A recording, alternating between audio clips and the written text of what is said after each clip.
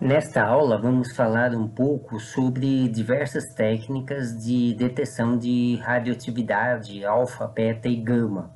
É um assunto muito vasto, então é importante que vocês entendam que é apenas um recorte. Nós vamos ver muito brevemente diversas técnicas de detecção, e o objetivo é apenas vocês terem uma ideia de quais são os princípios básicos que regem os diversos métodos de detecção de radioatividade e suas limitações, né? Cada método diferente vai ter suas vantagens e suas desvantagens.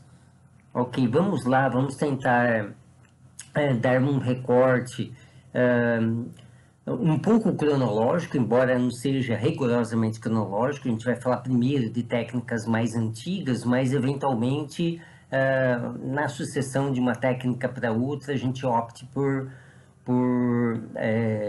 uma ordem que estabeleça melhor conceitos mais simples, os mais complexos e tudo mais, né? Mas um dos primeiros detetores, um dos detetores mais populares e famosos de medição de radioatividade é o contador Geiger-Müller, né? Ele é, vamos dizer assim, um desenvolvimento muito direto, que está muito associado com o desenvolvimento dos tubos de raios catódicos, né? Que foi feito no começo do século XX. Para quem não sabe, os tubos de raios catódicos são tubos muito semelhantes aos tubos que se tem nas televisões antigas e nos monitores de computador antigos, né? Então é um local onde você tem vácuo e você aplica uma diferença de potencial. A ideia é fazer isso, uma câmera com baixa pressão, né? Não precisa ser necessariamente um vácuo muito significativo, mas baixa pressão contendo um gás que é um gás facilmente ionizável pela radiação e que pode gerar com isso, com a passagem da radiação através desse gás, um sinal elétrico, né? Então, o cerne desse detetor, no fundo, é a ponta de prova, né? Não é tanto esse aparelho é simplesmente um amplificador de sinal elétrico, né? E que também converte uma corrente elétrica num sinal normalmente analógico, mas poderia hoje em dia ser digital, né? Então, esse ponteiro ele vai se mexer quando uma radiação passar aqui na região da ponta de prova. Essa ponta de prova ela tem um invólucro que é feito de metal ou então pode ser de um plástico que pode ser vedado bastante bem, porque aqui dentro nós vamos ter um gás que está colocado e dois eletrodos, né? Normalmente um eletrodo uma haste fina e rígida que vai, uma espécie de fio rígido que fica no centro do cilindro, e isso é um polo elétrico, e o outro é o próprio casco interno do cilindro. Então você carrega positivamente, outro negativamente, gerando uma diferença de potencial elétrico aí dentro. Quando uma radiação ionizante passa através do tubo, ele vai ionizar o gás que está ali dentro, que tem que ser um gás facilmente ionizável. E ionização significa que vai arrancar elétrons das moléculas desse gás, então a molécula vai ficar carregada positivamente e vai ser atraído pelo polo negativo aqui o catódo negativo, né, o polo negativo da diferença de potencial que se tem aqui dentro. E com isso você gera uma pequena corrente elétrica, um pulso, que é registrado aqui. Você tem um amplificador que vai amplificar esse pulso e pode ser mostrado aqui por esse amperímetro, né? Então, toda vez que passa uma radiação aqui ionizante, esse ponteirinho ele vai sair do estado zero e ficar oscilando aqui, né? Então, com isso você consegue, vamos dizer assim, dizer, pelo menos grosseiramente, o nível de radiação que se tem aí, né? Então, o esquema geral do funcionamento do Geiger aqui nós temos uma haste, né, que pode ser carregada ou negativamente ou positivamente. Basta que o polo dessa haste seja oposto à polarização aqui do casco interno do tubo, né? Então você tem uma diferença elétrica aqui, uma certa voltagem No caso aqui desse esquema, eu teria uma 500 volts de diferença, né? Então, aqui dentro do aparelho tem que ter normalmente uma bateria que pode proporcionar essa diferença potencial, né? Você amplifica essa diferença potencial através de um circuito simples, de tal forma que a ficar 500 watts. Eventualmente, o Geiger pode ser ligado na rede, né, elétrica também, para ter uma potência maior, mas o que se quer é que ele seja portátil. Então, normalmente, ele funciona com baterias, né? Então, aqui você tem uma diferença potencial. Então, essa diferença potencial é aplicada aqui. E quando a radiação passa por aqui, ioniza o gás que está aqui dentro e você obtém uma corrente elétrica que é registrado aqui, né, no mostrador do amplificador elétrico, né? Então, é um aparelho muito versátil e a grande vantagem do Geiger é que você pode transportá-lo, né? Ele é móvel, ele não precisa ficar fixo no local para você fazer medida. Então, por exemplo, no caso de monitoramento de possíveis locais onde haja uma quantidade excessiva de material radioativo, você pode levar ele até o local e fazer uma análise para ver se o nível de radioatividade está alto ou não, né? A desvantagem que ele tem é que ele é muito grosseiro em termos da medida de dose, né? Nós vamos ver como calcula a dose, mas em termos da medida de dose que uma pessoa naquele local estaria sujeita, né? O que ele faz é ver mais ou menos grosseiramente se o nível de radiação de um local é alto ou não, né? De qualquer forma, ele é bastante útil, bastante versátil. Então, por exemplo, no caso do acidente de Goiânia, em que houve um vazamento de uma quantidade razoavelmente grande de Césio-137, se espalhou pelo ambiente, então ele é o equipamento adequado para você ir lá e verificar se o nível está alto ou não, né? Então, esse foi um dos primeiros aparelhos desenvolvidos na história da física nuclear e até hoje em dia, muito utilizado em condições como essas que eu falei, né? Mas esse é apenas o primeiro exemplo de um possível detetor de radioatividade, né? Aqui é uma versão um pouco mais moderna dele, ele já é digital, né? E o tubo ele está embutido, ele pode estar embutido dentro do próprio aparelhinho, né? Esse aqui é muito compacto, né? Porque o princípio de funcionamento dele é razoavelmente simples, né? Em geral, tudo detecção de radioatividade vai funcionar mediante o princípio de ionização de átomos e moléculas, né, de alguma substância, né, como veremos nos outros métodos. O segundo método, digamos assim, respeitando uma ordem cronológica que é importante destacar, é o da câmara das nuvens, né? Nós temos a versão da câmara das nuvens e da câmara das bolhas. São dois equipamentos diferentes, mas que funcionam com princípios muito semelhantes, né?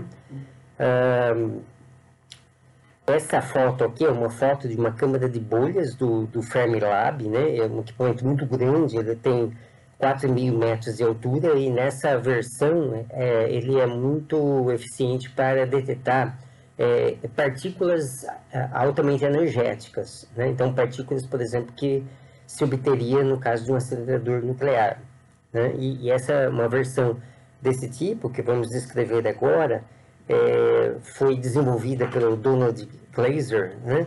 Em 1952. Então, é um equipamento já da década de 50, um pouco mais recente, né, do que o Geiger. Esse equipamento aqui, ele é bastante grande, ele tem 4,5 metros de altura, mas é possível a construção de câmara de bolhas que são menores, né? Câmaras de nuvens também que são menores, que têm menos de 1 metro de tamanho, que podem ser mais adequados para a detecção de radioatividade que se pode ter no ambiente, né? Mas o princípio de funcionamento é o mesmo das câmaras grandes, né? Então, o que você tem numa câmara de bolhas é que você tem um recipiente fechado onde você mantém um líquido que está fechado por um pistão móvel, né? Então, esse pistão vai se mover de tal forma... Bom, ele vai se mover continuamente para cima e para baixo, né? Você tem um motor que vai mover esse pistão para cima e para baixo com uma certa frequência, na verdade, da frequência que você quer, dependendo do líquido que você tem, mas em um determinado momento, na expansão do volume onde está compreendido o líquido, se chega a um estado em que o líquido vai estar numa condição metaestável para surgimento de bolhas, né? Então, quer dizer que ele o volume dele aumentou suficientemente para, mediante uma perturbação, se formar bolhas ali dentro, né? Então, porque o líquido ele está, nesse momento do funcionamento, do movimento do pistão, ele está numa pressão baixa em relação à pressão atmosférica, né? Então, quando você tem uma partícula ionizante passando aqui, você tem um surgimento de bolhas e você pode ver essas bolhas. Você tem a formação de um segmento de bolhas, um traço de bolhas que permanecem estático durante algum tempo, né? Obviamente essas bolhas vão subir, vão se deslocar dentro dos líquidos, então não vai dar para ver durante muito tempo, mas você consegue visualizar a passagem da partícula ionizante, né? Aqui tem uma observação muito importante, que vale também para o Geiger, é que, no caso aqui o líquido e o gás no Geiger está fechado num recipiente hermeticamente fechado, né? Então, significa que para você detectar a radiação tem que ser capaz de atravessar o invólucro, né, a parte externa do recipiente, penetrando no seu interior. Então, normalmente, você não consegue visualizar a radioatividade alfa, não consegue detectar a radioatividade alfa nesse caso. Você consegue tangenciar a radioatividade beta, mas também não é tão bom para a radioatividade beta, que vamos dizer assim, um material muito fino já consegue absorver a beta, mas ele é muito bom para a detecção de gama e de partículas mais energéticas, né? Que, por exemplo, vêm de aceleradores. Então, você tem esse problema também com o Geiger. O Geiger efetivamente vai detectar radiação gama, mas normalmente quando você tem um elemento instável que emite alfa e beta, você tem a emissão de gama que acompanha a atividade dessas fontes, né? No caso de uma câmara de bolhas, se você colocar externamente a ela um campo magnético, então, por exemplo, pode ser uma bobina, né? Então, aqui a gente está vendo as seções transversais da bobina. Então, você tem, digamos assim, um condutor grosso que está enrolado em torno da câmara de bolhas, né? Na forma de uma espiral, com muitas voltas. Então, você cria um campo magnético dentro do líquido. E ao a partícula passar no líquido, ela vai desviar. E dependendo do raio de desvio, você consegue identificar de que partícula que se trata, né? Então vamos ver algumas imagens, né? Essas são as imagens que são possíveis de se ver. Aqui é de um evento obtido num acelerador nuclear, ou então devido à radiação cósmica, né? Partículas energéticas que vêm do espaço, né? De fora da atmosfera, que tem uma energia bastante maior, num nível bem maior do que a radioatividade natural. Então, existe um monte de reações e transformações de partículas que nós vamos ver quando chegarmos na física de altas energias, né? Mas a passagem das partículas ionizantes deixa um rastro, né? Um rastro na câmara de bolhas, que vai durar um certo tempo, mas um tempo longo o suficiente para você poder tirar uma foto, né?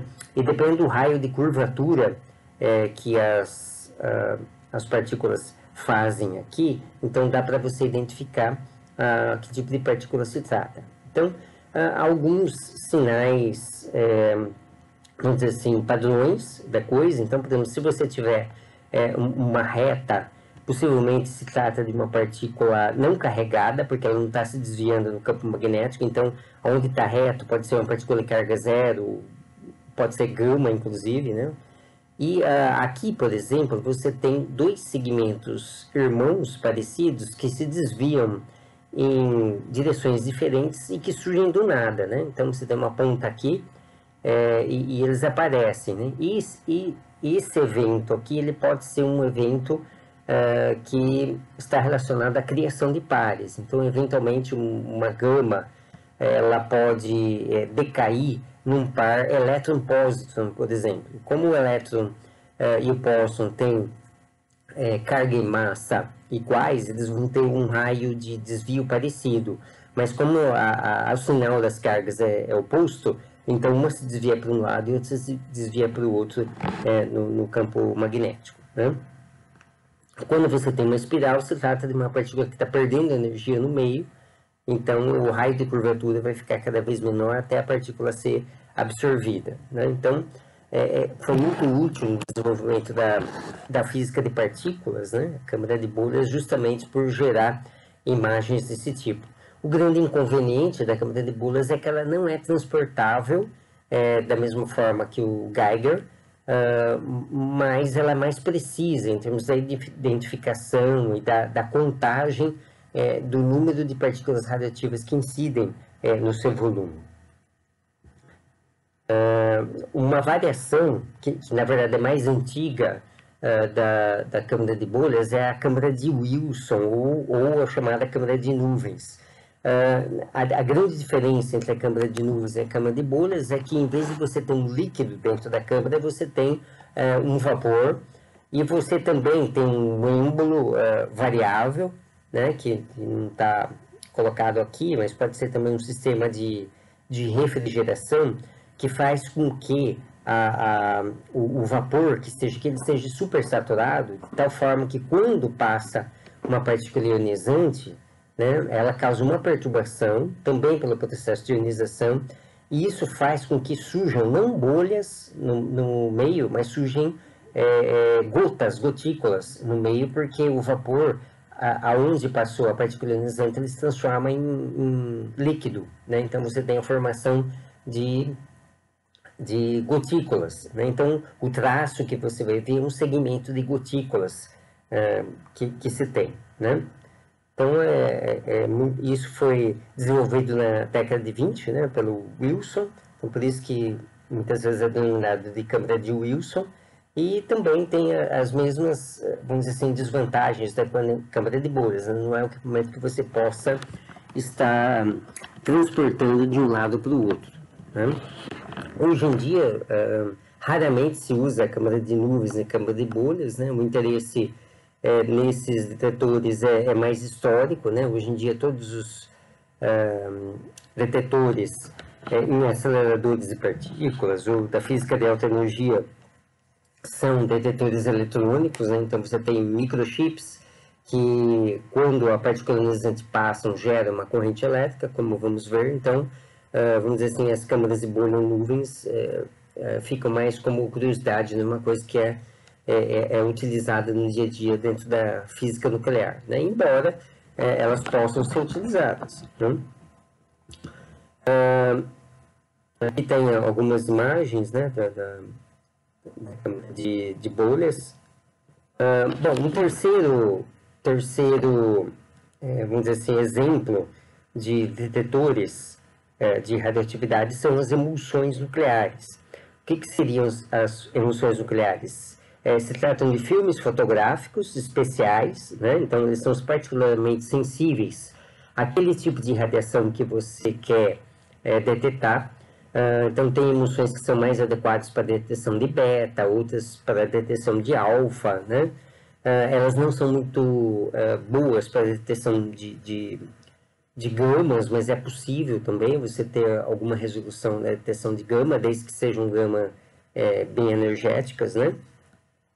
E esses filmes fotográficos são montados sobre uma base de vidro ou uma base de plástico, né? Então aqui eu teria uma emulsão nuclear montada numa lâmina de vidro, né? Um quadrado de vidro, e aqui sobre uma película de plástico, né? Como são os filmes fotográficos que se utilizavam na década de 80, década de 70, né? Depois deixaram de ser utilizados em função do advento das câmeras digitais, né?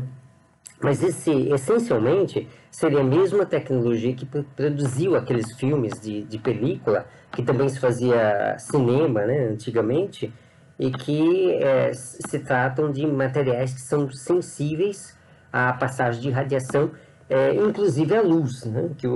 Que é uma desvantagem para elas. Então, como elas são sensíveis à luz visível, então você não pode colocá-las num ambiente que tenha radioatividade abertamente, né? Elas têm que ser colocadas dentro de um envelope escuro, né? Envelope pode ser um envelope de papel preto, né? E também nesse caso a partícula radioativa ela tem que passar através do papel para poder sensibilizar essas chapas fotográficas, né? As emulsões. Elas podem ser usadas também no escuro, mas isso não tem muita vantagem para, vamos dizer assim, o uso do dia a dia na detecção de radiações. Contudo, as emissões nucleares são muito sensíveis, elas são muito precisas, elas têm uma eficiência de detecção muito alta se, bom, todo filme fotográfico ele tem que ser revelado quimicamente, né? Então, depois de exposto, elas têm que ser levadas a um processo químico, né? Jogadas dentro de um revelador, um freador, um fixador, para você poder visualizar a imagem. Essa imagem é visualizada no microscópio óptico, onde você vê os traços das partículas, vou mostrar daqui a pouco, né? E tem que passar por esse processo de revelação. Mas uma vez que você tem um processo de revelação adequado àquele tipo de radiação que você quer medir, elas têm uma eficiência de detecção próxima de 100%, né? Então, elas são muito úteis também para você calibrar outros detectores, né? Então, você pode fazer uma exposição conjunta entre outros detectores e as emulsões digamos assim, tirar a eficiência do outro detetor em função do que a emulsão está te respondendo, né? Bom, ela, para ser preparada, ela precisa de um processo químico também, né? Então, basicamente, a emulsão, né? A emulsão fotográfica, que é o que vai sobre a placa de vidro ou de plástico, que é a parte sensível, ela é feita por um gel, né? Na composição desse gel entra o mocotó do boi, né? Quer dizer, é uma substância relativamente mole, digamos assim, né? Mas que quando ela sofre o processo de revelação, ela fica transparente. Normalmente ela, antes de ser revelada, ela tem essa cor amarelada, né? E depois de revelada ela fica transparente. E por ser transparente, ela pode ser visualizada no microscópio eletrônico, né? Os traços ficam nítidos no microscópio eletrônico. Então, o que se faz nesse gel, ele serve como um substrato no qual vai ser inserido átomos de brometo de prata, normalmente, né? Então, a GBr. Então, o que acontece é que quando a radiação passa e interage com a molécula de AgBr, normalmente ela ioniza a molécula, ela separa o Ag do Br, né? E no processo e elas ficam separadas, né? Um átomo de Ag com o átomo de Br. E na revelação, os átomos de prata ficam no estado metálico, ou seja, não ionizado, né? Ag0, e quando isso acontece, elas têm uma coloração cinzenta, né? Então, aonde passa a partícula ionizante, após a revelação, você vai ter blocos, né? Clusters, aglomerados de partes cinzentas, né? Pontos cinzentos na emulsão fotográfica, e com isso você pode observar a trajetória da partícula ionizante, né? Então, aqui tem exemplos de traços, né? Da passagem de partículas ionizantes em emulsões reveladas, né? Então, esses são fotomicrografias, ou seja, fotografias tiradas da imagem de microscópios ópticos, né? Então, você tem, na verdade, você vê que um traço, né, como está destacado aqui, ela é um conjunto de pontos, né? E cada ponto desse representa um aglomerado de prata metálica, né? Então, dependendo da energia e do tipo de partícula que penetra, você tem traços mais contínuos, mais grossos, né? Ou traços mais tênues, como esse, né? Então, aqui, por exemplo, é um traço Depende da revelação, você tem que fazer uma revelação adequada para o tipo de partícula que incidiu, que você quer detectar. Aqui, por exemplo, é um traço de um elétron de baixa energia. Aqui é um traço de um muon da radiação cósmica, né? Aqui é o traço de um próton, quando um próton, vamos dizer assim, respondendo à ação de um nêutron, né? Um nêutron incide, interage com o próton, o próton adquire, contrário ao movimento do nêutron, né? A gente chama isso de recuo, né? Então aqui é um próton que sofreu esse processo, ele dá um traço bastante nítido, né? E aqui são outros traços também, durante a exposição da emissão nuclear, se também colocarmos um campo magnético, isso vai fazer com que as partículas se desviem e, eventualmente, elas podem ser identificadas. Mas também é possível identificar as partículas pela própria densidade de grãos que você tem no traço. Então, olhando aqui, por exemplo, você sabe que se é uma partícula de carga alta ou de massa alta, né? Então, com isso você consegue distinguir que partícula que você tem, né? Bom, as emissões hoje em dia também são pouco utilizadas, elas foram muito utilizadas na primeira metade do século XX até possivelmente década de 80, né? Mas com o tempo, com o desenvolvimento dos detetores eletrônicos, que foram ficando cada vez mais com maior resolução espacial, né? Hoje em dia você tem pontos, né, pixels no microchip que tem da ordem de quase nanômetro, né? Sei lá, dezenas, talvez, de nanômetros, e o tamanho de um grão em uma emissão nuclear é um pouco menor que um micron, né? Então essa é a resolução espacial que ela tem. Mas hoje em dia existem detetores eletrônicos com uma resolução espacial superior ainda que das emissões nucleares. Um quarto tipo de detetor, né, seriam os detetores de barreira de superfície. Então, se trata, talvez, do primeiro detetor eletrônico que se construiu e que ele é feito por um semicondutor, né? Normalmente um semicondutor que envolve os elementos germânio ou silício, né? E você tem um tipo de semicondutor que é particularmente sensível a radiações ionizantes, especialmente gama, que é o germano-lítio, digamos assim, que seria o detetor mais famoso desse tipo, né? Seria um detetor feito de germânio, mas tendo como o lítio como impureza, né?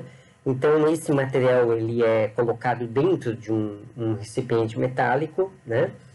E esse recipiente metálico, para que o semicondutor ele dê uma resposta razoável, ou seja, converta a passagem de radiação gama em sinais elétricos, você tem que resfriar a sua amostra. Normalmente é utilizado nitrogênio líquido para isso, né? Então, o detetor de barreira de superfície ele vai funcionar dentro de um laboratório. Ele também não tem a propriedade de poder ser transportado de um lugar para o outro. Além disso, ele é muito caro, né? Então, o material que ele é feito é caro, as técnicas são caras, você tem que ter um nitrogênio líquido em reposição, né? Para ele poder funcionar adequadamente. E ele pode ser acoplado a um sistema eletrônico, com computador e tudo mais, para se analisar os resultados, né? Então, aqui, por exemplo, como ele tem que funcionar dentro do nitrogênio líquido. Esse nitrogênio, para permanecer a uma temperatura baixa, tem que ficar dentro de um invólucro térmico, né? Um isolante térmico. Então, normalmente, você tem que ter um dispositivo para levar a sua amostra lá dentro, né? Então, aqui, por exemplo, um exemplo de um sistema automático que faz isso, né? Você coloca a sua amostra lá, o detetor, ele rapidamente, ele detecta as gamas que estão saindo ali e é um equipamento altamente sensível, né? Então, aquela ponta de prova do detetor de barreira de superfície, ele é muito sensível e ele também tem a propriedade de poder medir a energia das gamas que estão incidindo, né, nele, na amostra, né, no germanolítio. Então, ele é um equipamento muito adequado para a espectroscopia gama. Então, basicamente, foi o equipamento que, na metade do século XX, né, ele conseguiu nos proporcionar tabelas das energias com que as gamas são emitidas pelos estados excitados de praticamente todos os isótopos radioativos conhecidos, tanto os naturais quanto aqueles que são produzidos artificialmente, né? Então, não é um equipamento para detecção da radiação no ambiente, no dia a dia, mas ele é muito útil para a física nuclear para determinar as propriedades dos núcleos, né? Mas como também se trata de um detetor de radioatividade, ele também está aqui como exemplo, né? Não é preciso dizer que é um equipamento muito caro e o custo de manutenção também é bastante caro. Talvez de todos os detetores que nós vamos falar é o mais caro. Um quinto exemplo de detetores de radioatividade são os detetores cintiladores, né? A ideia do detetor cintilador é um material que, ao incidir a partícula radiativa, ele emite luz, normalmente no visível, né? Então, se você tiver um equipamento que possa detectar a luz emitida, então você vai ter uma noção também da quantidade de radiação que a ponta de prova está submetida, né? Então, o exemplo mais comum de um material que tem a propriedade de cintilar mediante a incidência de radiações é o iodeto de sódio. Se ele for dopado com tálio, melhor, né? E é um equipamento que foi desenvolvido na década de 40, né? A grande maioria dos detetores de radioatividade foi desenvolvida na metade do século XX. Então, aqui tem um esquema do seu funcionamento. Então, digamos que nós temos aqui um iodeto de sódio. Ao passar a radiação ionizante, de novo, a radiação ela tem que penetrar onde está o iodeto de sódio, né? Mas ele pode até ser exposto abertamente, então ele pode ser sensível até a alfas, né? Dependendo da configuração que ele está submetido. Então, a radiação passar aqui, emite luz. Essa luz vai passar por um aparelho que se chama fotomultiplicador, né? O objetivo desse aparelho aqui é cada fóton que incide nele gera muitos outros fótons, então ele gera uma cascata de fótons, de tal forma a gerar um pulso elétrico suficientemente alto, né, através do efeito fotoelétrico aqui, que pode ser registrado ou então num aparelho, né, ser mostrado num visor, né? Então é também um equipamento, isso é um equipamento que digamos assim, não há tanta dificuldade de ser transportado, né? Então aqui nós vemos que é um equipamento muito compacto, né? Então aqui é o iodeto de sódio, né? É uma espécie de um cristal e ele é transparente, então a luz que é gerada dentro dele, uma parte pode sair, pode atravessar ele mesmo e sair para a fotomultiplicadora, né? Então aqui normalmente você tem esse material numa pequena pastilha aqui, né, no formato de um disco e tudo isso aqui é a fotomultiplicadora, né? E aí você tem que conectar aqui o seu equipamento eletrônico que vai registrar o pulso elétrico, né?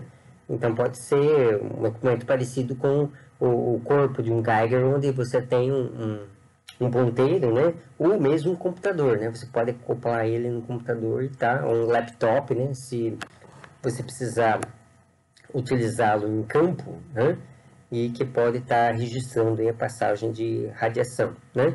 Ele também precisa ser calibrado, né? Então todo o equipamento de medição de radioatividade precisa ser calibrado, porque você vai ter um sinal elétrico aí, você precisa saber correlacionar a intensidade dos pulsos elétricos que você vai ter com uma quantidade de radioatividade que teria no ambiente em que ele está exposto.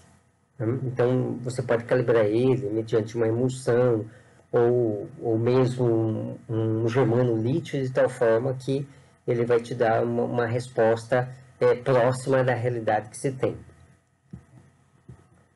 Um sexto tipo de detetor seria os dosímetros termoluminescentes, né? Eles funcionam com um princípio muito parecido com os cintiladores, ou seja, conversão da passagem da radiação ionizante em sinal luminoso, né? Só que a grande vantagem dos termoluminescentes é que ele não dá uma resposta imediata, né?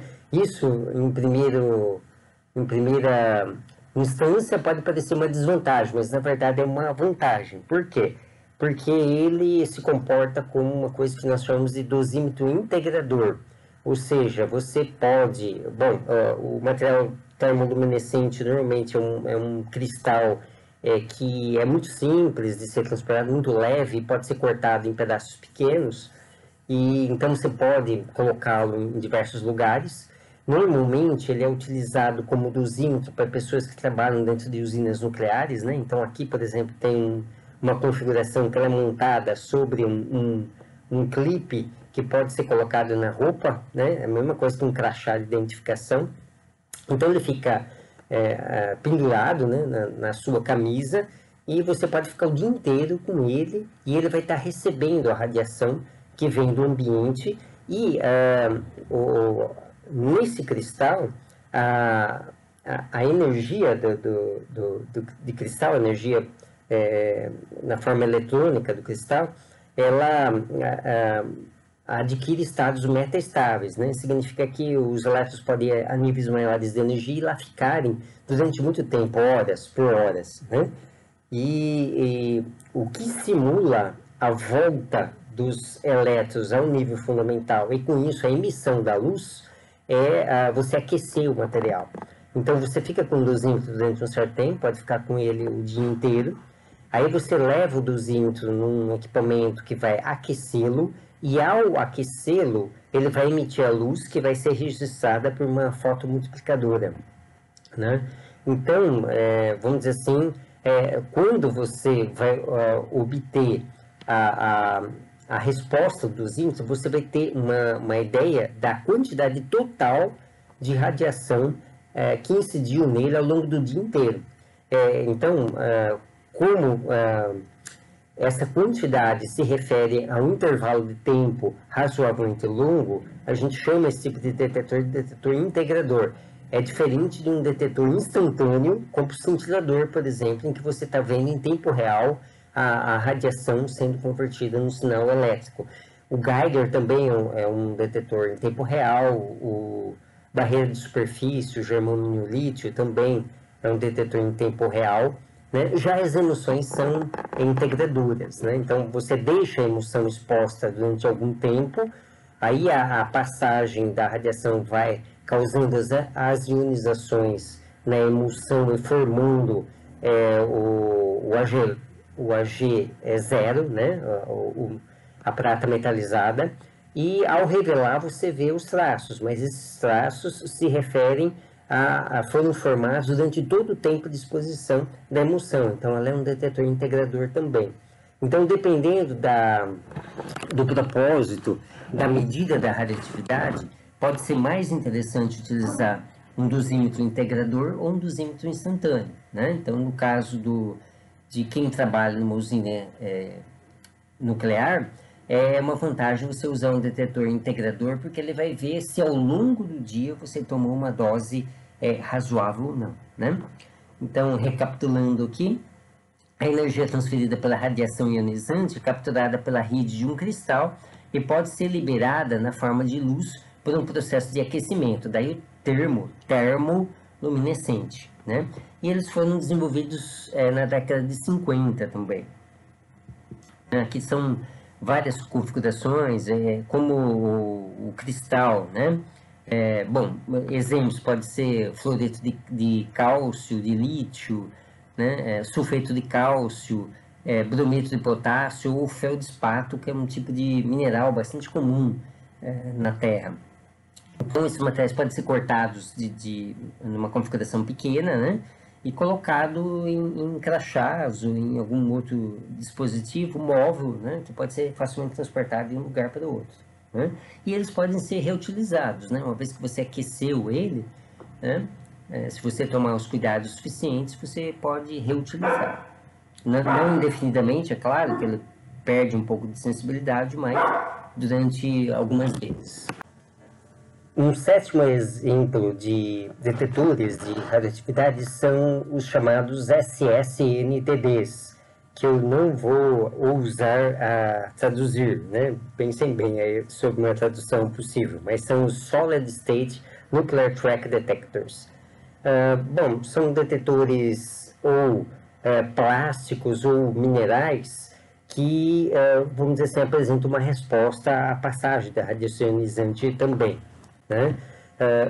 Não são detetores que são sensíveis a partículas beta e gama, mas a partículas mais pesadas, né, com mais massa, como a alfa, fragmentos de fissão e, eventualmente, partículas mais energéticas, né, núcleos energéticos, prótons bastante energéticos, né? E o que acontece nesse caso é que se trata de um sólido, né, que tem a propriedade de quando uma partícula ionizante passa através deles, ele evidentemente vai causar ionizações, esses átomos vão ficar ionizados, mas, além disso, essa partícula, por ter uma massa razoável, ela vai deslocar esses átomos e a carga que esses átomos vão ter adquirido na ionização vai ajudar no processo de repulsão entre eles e o deslocamento permanente desses átomos de suas posições originais. Então, isso significa que a partícula que passa vai deixar uma espécie de um buraco bastante pequeno, né, um furo bastante pequeno, que nós chamamos de traço latente, né, que é uma região, digamos assim, com um formato mais ou menos, grosseiramente falando, cilíndrico, e que tem alguns angstroms de diâmetro e vários microns de comprimento, né? Então, foi uma técnica desenvolvida na década de 60, portanto, um pouquinho mais recente do que as emulsões, do que os cintiladores, né? E outras técnicas que vimos antes.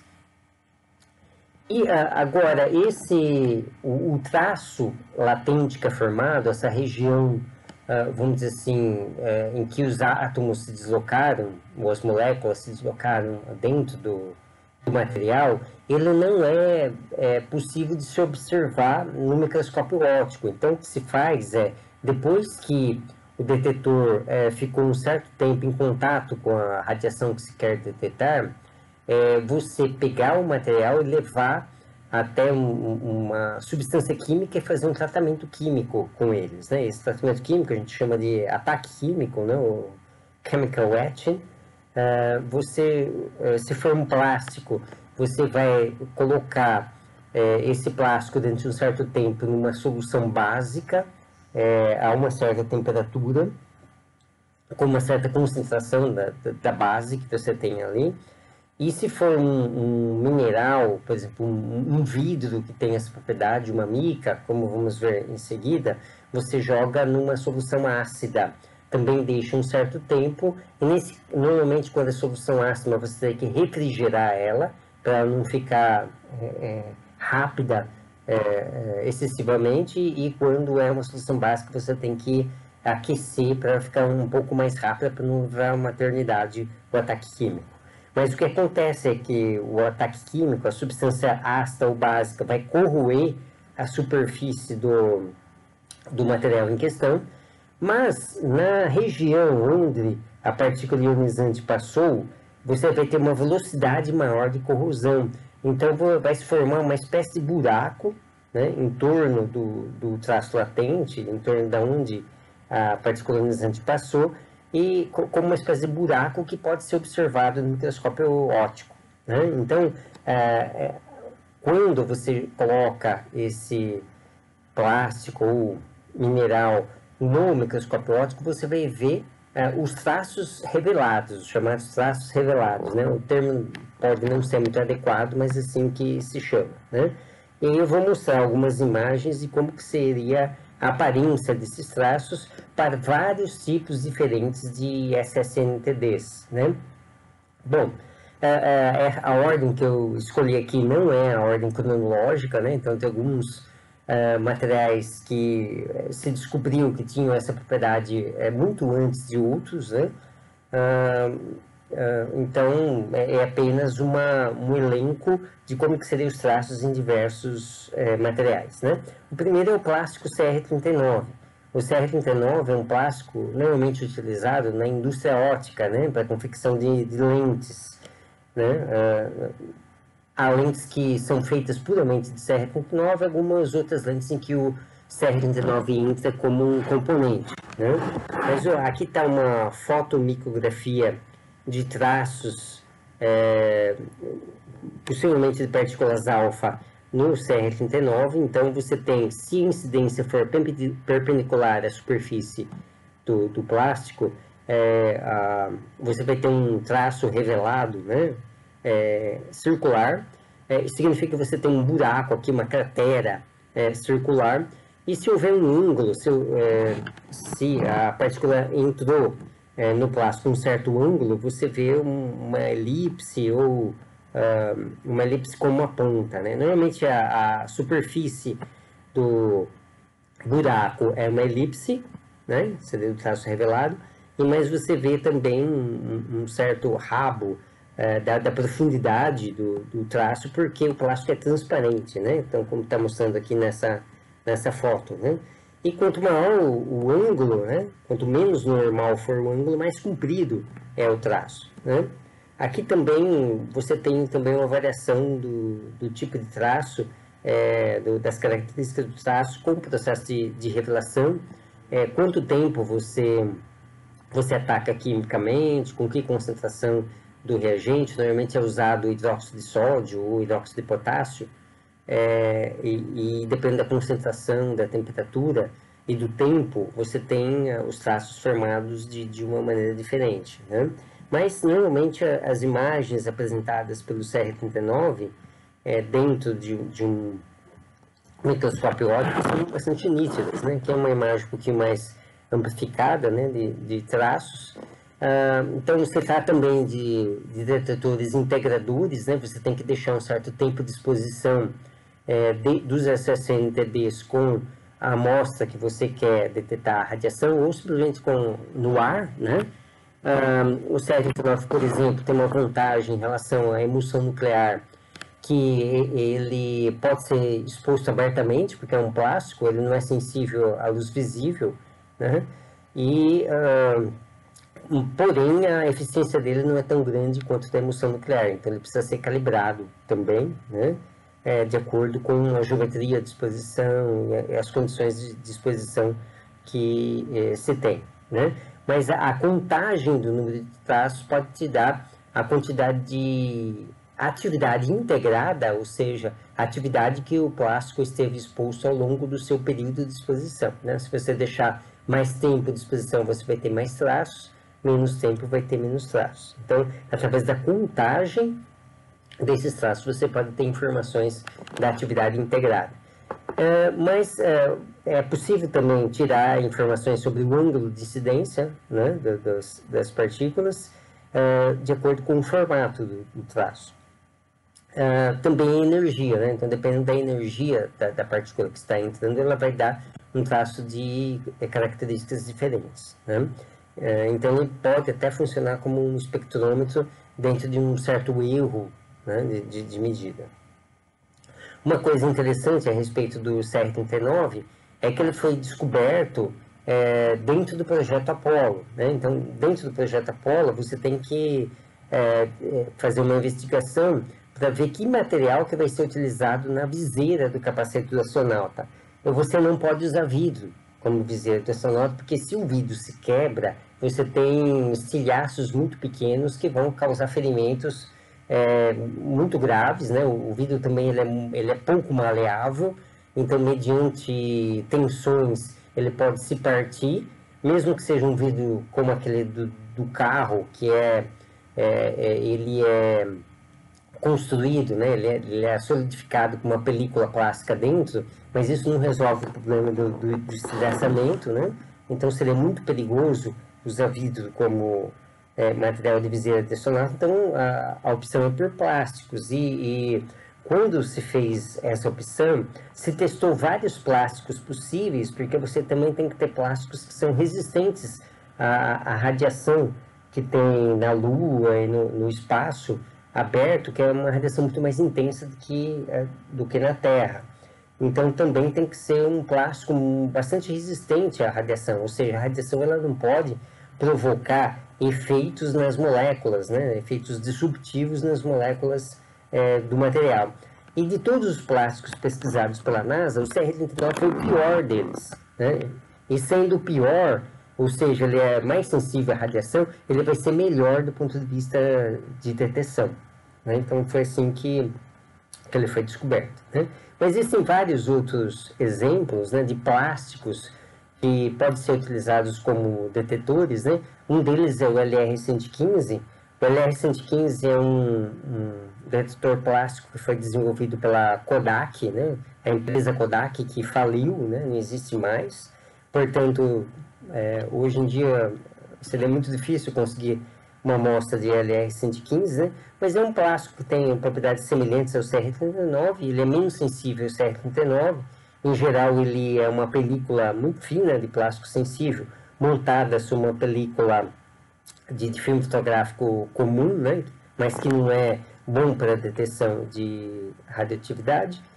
E dependendo da revelação que você faz, inclusive o traço ele pode furar a película sensível. Então você tem furos nele, você conta esses furos para ter ideia da quantidade de radiação que se teve, né? Mas é um plástico que pode ser cortado muito facilmente, então ele pode ser acomodado de uma forma portátil, assim, ser levado, transportado facilmente de um lugar para o outro. O CR39 também, né? Os plásticos em geral são muito fáceis de ser transportados e são relativamente baratos, você pode colocá-los em diversos locais para você ter uma ideia.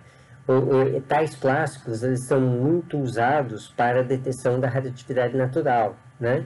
Então, o CR39 começou a ser usado, ele é também em Minas, sendo que dentro de Minas você tem muito radônio radioativo, então você tem um nível de radioatividade que é normalmente bem maior do que ambientes normais de convívio humano, né?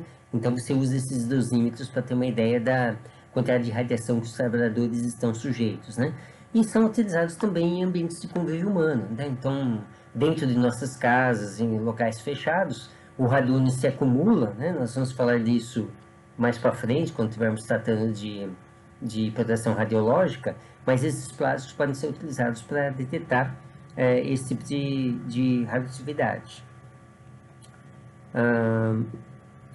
Bom, esses são exemplos de plásticos, né? Tem outros plásticos também. Agora vamos ver alguns exemplos de minerais. Um dos minerais que pode ser utilizados como detetores, né? Não de alfa, né? Os plásticos são particularmente sensíveis a alfa, mas agora, por exemplo, fragmentos de fissão, elementos mais pesados, né? Partículas mais pesadas, mais energéticas, é a mica, né? A mica moscovita. Então, a mica é um material que é usado, por exemplo, na resistência dos antigos ferros de passar roupa, né? Então, você pegar um daqueles ferros Black Decker, né, elétricos, e você desmontar ele, você vai ver que dentro dele tem um material, né, que ele parece um plástico na sua consistência, mas ele é quebradiço, né? Então, se você entortar ele, ele vai se quebrar. E tem diversos planos de clivagem também, é como se fossem várias folhas grudadas uma na outra, né? E mais ou menos transparente. Esse material, a mica, pode ser utilizado também como SSNTD. Então, se você colocar num lugar em que você tem fragmentos de fissão, você pode detectar as fissões ocorridas naquele local, né? E também tem que ser revelado, né? Tem que fazer um ataque químico ácido nele, né? Para os traços serem visualizáveis no microscópio óptico. Então, aqui você tem uma fotomicrografia dos traços. O interessante é que os traços têm um formato meio losangular, porque a mica ela tem, digamos assim, uma organização cristalina das suas moléculas, né? Então, aqui numa escala, esse tamanho aqui seria de 100 microns, né? Para você ter uma ideia mais ou menos do tamanho do traço, tá?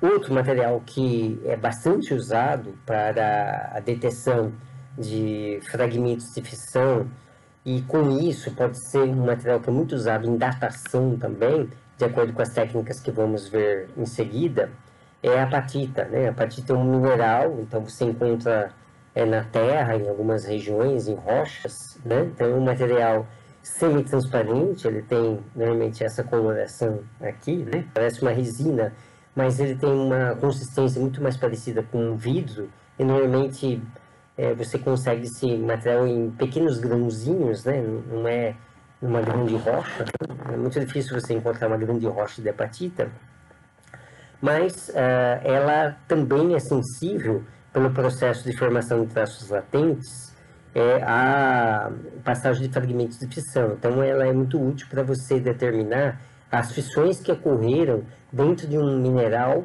ao longo da idade da Terra, por exemplo, né? Então, com isso você pode medir a quantidade de urânio ao longo do tempo que houve em determinado local, né? A vantagem da apatita e o que possibilita ela ser utilizada como um detetor é o fato dela ser meio transparente, então é possível você observá-la no microscópio óptico, e os traços também podem ser amplificados por um ataque químico, né? Então você pega uma apatita, extrai uma apatita de um mineral, né? Você separa a apatita, você faz um polimento da superfície para a sua superfície ficar nivelada no horizontal, aí você ataca quimicamente essa apatita e observa no microscópio, né? Então o que você vai ver são traços desse tipo aqui, né? Então cada um desses traços se deve a um fragmento de fissão. Aí pela contagem dos traços que você tem numa determinada área na superfície da apatita, você tem uma ideia da quantidade, né? Você pode calcular a quantidade de fissões que houveram ao longo da idade do mineral, e com isso, pelas técnicas que vamos ver em seguida, determinar a idade do mineral. Então, é um processo muito importante, depois a gente vai ver que tem aplicações até na prospecção de petróleo. Então, esses são os principais formas de você detectar a radioatividade, lembrando que hoje em dia também são muito comuns os detetores de radiação eletrônicos, né? Em princípio, você pode pegar um microchip, expor ele à radiação, e dependendo da ligação elétrica que você faça nesse microchip, a amplificação do sinal adequada, você pode detectar também a passagem de radiação. E como os microchips têm um grau de miniaturização muito grande nos dias de hoje, né? O que foi conseguido a partir da década de 80, com o desenvolvimento dos computadores pessoais, então são largamente utilizados, por exemplo, em aceleradores, em outras instâncias, né? Mas esses que eu mencionei até agora são, digamos assim, os métodos mais tradicionais, alguns deles utilizados até hoje em dia para a medição de radioatividade. Então, ao longo do curso, nós vamos falar um pouquinho de proteção radiológica, então nós vamos voltar a falar de algum desses detetores e também um pouquinho sobre datação. Então, nós vamos falar um pouquinho também de outros tipos de detetores que já mencionamos aqui hoje.